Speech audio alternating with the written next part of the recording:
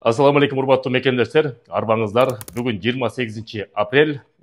Силерге кайрадан миграция жаңылыктарын айтып бермекчибиз. Сөздү баштаардын астында биздин YouTube каналды колдоп, катталып, досторуңуздар менен бөлүшүп коюңуздар.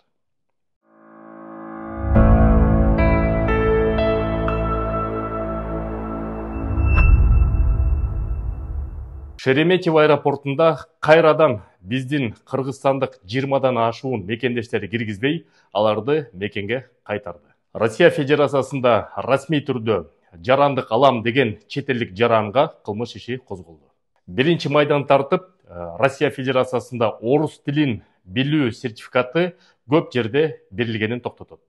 Россия Федерациясынын башкы прокурору Игорь Краснов мигранттар арасында кылмыштуулук кескин көбөйгөнүн айтып өттү. Крым Республикасынын башчысы Сергей Аксенов Крым Республикасына келген мигранттарга виза берүү өлкөлөрүнө теңдөөнү сунуштады. Оренбург областында Россия-Казакстан чегарасында массалык түрдө Тажикстандын жарандарын киргизбей жатат. Урматтуу мекендештер, мурда Россия Федерациясында жарандык алуу үчүн фиктивдүү брак оформлять этип туруп, ошонун негизинде жарандык алчу эле.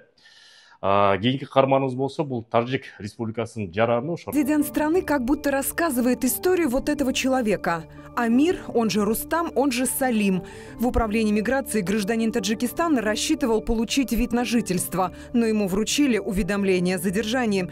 Совсем недавно мужчина пересек границу под полностью измененными именем и фамилией, хотя до этого уже дважды был депортирован из России. Россия Федерациясынан жарандык алам деп ниеттенип, бирок расмий түрдө орус кызга үйлөнүп, ошонун негизинде кайрадан жарандыкка берсе, ага кылмыш иши козголду.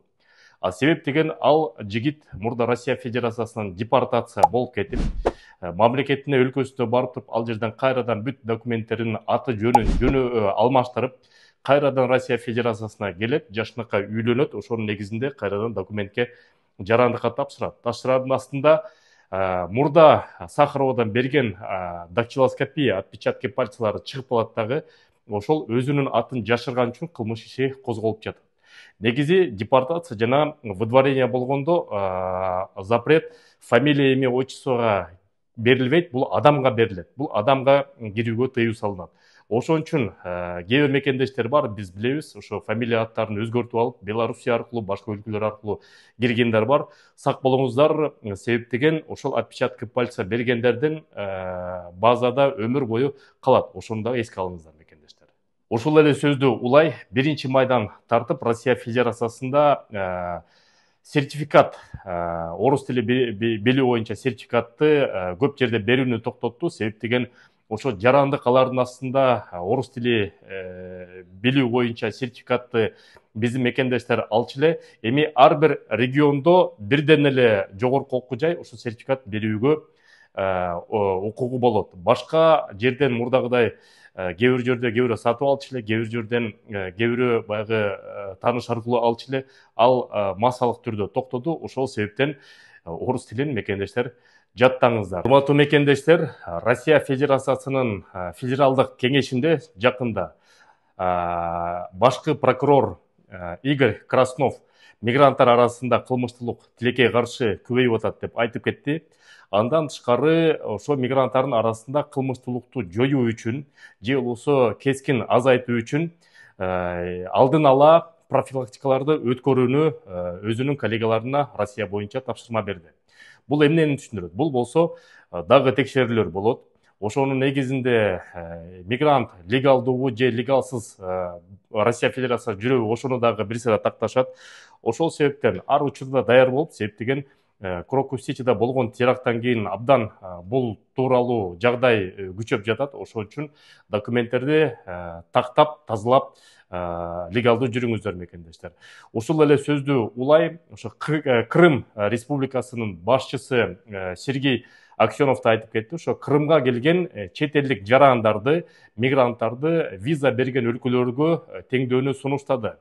келгенде сөзсүз түрдө ошо виза ачып киргендей кылыш керек. Мы будем вносить еще и предложения по изменению федерального законодательства в этой части, потому что сегодня мигрант, который нарушил правила, то есть и не является, так сказать, не выехал со страны, никакой ответственности не несет. Максимум, что если его поймают там, через полгода, через год, независимо, чем он там занимался, в данном случае это максимум будет депортация. Никто за это не отвечает. Поэтому мы предложили их приравнять как гражданам тех стран, которые имеют визовый режим, соответственно, приезжают по визе, то есть когда работодатель несет полную ответственность вплоть до пересечения границы этим человеком, в данном случае, вот полную до конца. И я считаю, это тоже справедливость. Работодатель приглашает себе жителей других стран, он должен в данном случае обеспечить их достойное поведение, и понятно, что должен платить зарплату. Здесь никто не говорит об ущемлении чьих-то прав. Бирок ошол эле сөзүндө бир сыйра айтып кетти. Евразия экономикалык бирикмелердин өкүлү, алардынча Кыргызстанда келет, ага эч кандай тиешеси жок деп. Буга чейин баарыбызга белгилүү болгондой, дагы эки регион Крымдан башка ушул сунушту айткан, бул Камчатка региону жана Новосибирск региону.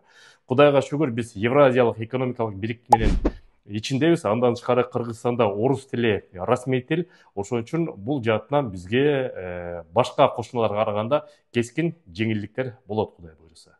Урматтуу мекендештим, жагымдуу кабарлардын бири. Биздин ишкер мекендештер Авитанын аналогу болгон жаңы Избук деген мобилдүү приложение ойлоп чыгарышты. Бул кыргыздардын жаңы чыккан маркетплейси. Бул жерден силер телефондон баштап машинеге чейин мебель болобу, башка буюм болобу сатып алсаңыздар да болот, жана сатсаңыздар да болот. Бул приложениени англисче Избук деп жазып туруп, App Store'дон жана Google Play'ден көчүрүп алсаңыздар болот. Кыргыз мекендештерибиз колдоп, кыргыздардын товарларын сатып алып өндүрөлөт. Ушул жуманын башында тилекке каршы Шереметьево аэропортунан кайрадан биздин 20дан ашык Кыргызстандын жаранын Россия Федерациясына киргизбей, кайра мекенге кийинки рейс менен жөнөттү. Бул тууралуу элчиликтин сайтынан маалымат берди. Эми мунун причинасы эмнеде? Биринчиден, көп мекендештер, ошо келген мекендештер айтып атат, менде эч кандай штраф деле жок, же болбосо эч кандай себеп жок Кыргызстанга кетишиме деп. Мурда штрафтары болгон мекендештер, кара тизмеге кокустан кирбей калган мекендештер. Бирок дагы бир негиз бар, бул акыркы теракттан кийин сакал койгон чет элдик жарандарды бир сыйра карап, телефонун бир сыйра карап, телефондо диний көз караштагы, историядагы, браузердеги, сафаридеги ошо диний көз караштагы видеолор болсо, ошолорду карап туруп, бир сыйра кайра жөнөтүп коюп атат. Негизи Россия Федерациясында жанагы таблигый жаамат деп коет. Биз көрүп калган эле бул даватчылар Кыргызстанда эч кандай коркунучу жок эле дават айтып, динди узартып келет. Бирок Россия Федерациясында таблигый жаамат бул экстремисттик көз караш болуп эсептелет. Кыргызстанда ошол жаамат жабык эместиктен Россия Федерациясына Кыргызстандан келген ошол жарандарга өзгөчө көзөмөлгө алат. Мындан бир нече ай мурун ошол чоң жааматты кыргыз жааматтары Россия Федерациясынын кылмыш ишин козголуп, ошол көз караштагы карманган жаамат деп тилекке каршы ошондой чоң иш болгон. Эми динди баарыбыз эле сыйлайбыз, баарыбыз эле Кудайга ишенебиз. Ошол мекендештерге учурдан пайдаланып кайрыла кетейин. Россия Федерациясына келатканда телефондордо болгон негативтердин бүт баарын тазалап, эгерде диний көз караштагы видеолор болсо тазалап, андан тышкары сакал болсо, эми сүннөттү баарыбыз эле сыйлайбыз, бирок ошо Россияга келатканда ошо сүннөттү алдырып, сакалды алдырып, жашынакай болуп кирип, эмгегиңизди арта берсеңиздер болот. Ушул сөздү улай эле ошол чек арада Казакстан менен Россиянын чек арасында массалык түрдө Тажикстандын жарандарын киргизбей атат, башка жарандарды киргизип атат, өзбектерди да киргизип атат, кыргыздарды киргизип атат, таджиктерди тилекке каршы массалык түрдө киргизбей атат. Ага албетте себепкер жана акыркы Крокус-Ситиде болгон каргашалуу окуя. Ошол айылда жүрсөң, кимдин баласы деп сурайт, сен үй бүлөңдүн атын чыгарат экенсиң, чет элде жүрсөң, сен өлкөңдүн атын чыгарат экенсиң. Бир нече 4 тажик жанагындай жаман ишти кылып койду эле, залакасы баардык улутка тийип атат мекендештер. Сак саламат болуңуздар, анан урматтуу мекендештер, сөздү аяктарынын астында ошо реклама катары ишкерлерди колдоо максатында айта кетейин. Кыргызстанга мекенге барыбыз кайтабыз. Билет алабыз, ошол билетти ар кайсы орус приложенияларынан алгычакты, башка авиакассалардан алгычакты кыргыз мекендештерди колдоп коюңуздар. Дөөлөт деген жигитибиз авиабилет сатат, метро Добродинская. Телефону плюс 7-925 129 64 56. Пайдабыз қырғызға тейсін. Көрішкенше. Мы находимся на границе Казахстана и России, между Россией и Казахстаном на нейтральной зоне. Граница со стороны России называется Сагарчин. Это Оренбургская область, город Оренбург. На территории, которой находится Солилецк. И находясь здесь, мы с 22 числа апреля более 180 машин граждан Таджикистана здесь находятся. И нас не пускают на территорию России. Когда мы спрашиваем их, почему нас вы не разрешаете заезжать на территорию России, говорят, у нас система не работает. Будьте добры, покиньте нейтральную зону и идите в сторону Казахстана. И если хотите заехать в Россию, только могут заехать те люди, которые с 14 лет до 59 лет не имеют права заезжать на территорию России. Младшие 14, пожалуйста, заходите, заезжайте в Россию.